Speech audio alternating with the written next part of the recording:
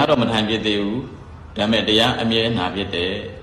အဲ့တော့တရားနာတာအကျိုးများသလားဝိပဿနာဖြစ်လားဆိုတော့တရားနာတာအင်မတန်မှအကျိုးကျေးဇူးများပါတယ်တရားနာတဲ့အကျိုးတရား၅ပါးရှိတယ်ပေတကောပရိသတ်မှာလည်းဟောတာရှိတယ်ဓမ္မတာဝနာတုတ်အင်္ဂုတ္တပါဠိတော်မှာလည်းတရားနာခြင်းရဲ့အကျိုးတရား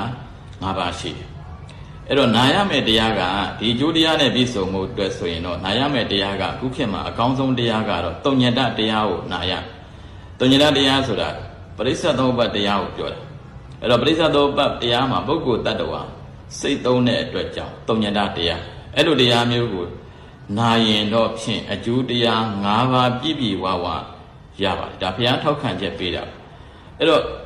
ရှေ့ပါဠိတော်တွေမှာလည်းရှင်သာရိပုတ္တရာတို့ရှင်မောက္ကလန်တို့လည်းတရားနာရင်နဲ့သောတာပန်ပထမဆုံးစတည်တာဒါကတော့ဧကတာဝကအလောင်းလေးနောက်မဟာတာဝကရဲ့ပြည်မဲ့ဆိုဝိတာခါတို့အနာတပိန်တို့စသည်ယတ္တသရုသားတို့နောက်တကပင်စဝကိ၅ဦးတို့ပါလေတရားနာရင်နဲ့ကိစ္စပြီးရတာအဲ့တော့တရားနာတဲ့အကျိုးတရားဟာအမတန်မှထူးခြားတယ်အဲ့တော့တရားနာရင်နဲ့အလုံးလုံးနိုင်တယ်ဆိုရင်တော့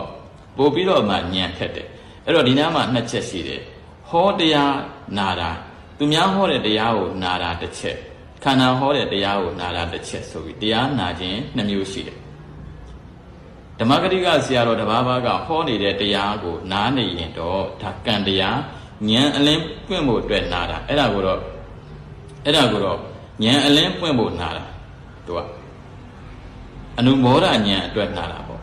အနုဘောဓဉာဏ်အတွက်နာတာဆရာဟောတဲ့ဉာဏ်ရဲ့အစဉ်ကိုလိုက်ပြီးတော့နာတာအဲ့ဒီကနေပြီးတော့နာရင်နဲ့ကိုယ်ခန္ဓာဟောတဲ့တရားကိုနာနိုင်ရင်တော့သူကပฏิဝေဒဉာဏ်ကိုယ်ခန္ဓာကိုထိုးထွင်းကြည့်တာအဲ့ဒီခါကျတော့သူကဝိပဿနာအဆင့်ကိုရောက်သွားပရမကသစ္စာတရားတုံညတတရားဆရာတော်တစ်ပါးဟောတဲ့တရားဖြစ်ရဒုတိယကကိုယ်ခန္ဓာဟောတဲ့တရားကိုပြန်နာရအဲ့ဒီလိုနှစ်ချက်နာနိုင်ရင်တော့အကျိုးတရားအလွန်များတယ်အဲ့တော့တရားနာရင်နဲ့အလုပ်ဖြစ်သွားတာတော့နာရင်နဲ့အလုပ်လုပ်တတ်နာရင်နဲ့အလုပ်လုပ်တတ်သွားထွေထူးထူးလုပ်เสียမလို့တော့ပဲနဲ့တရားနာရင်နဲ့ကိစ္စပြီးနိုင်တာကိစ္စ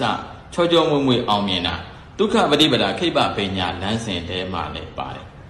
တဲတဲတာတာနဲ့တရားနာရင်နဲ့ခန္ဓာပူဉာဏ်စိုက်ပြီးတော့အလုပ်လုပ်သွားတာ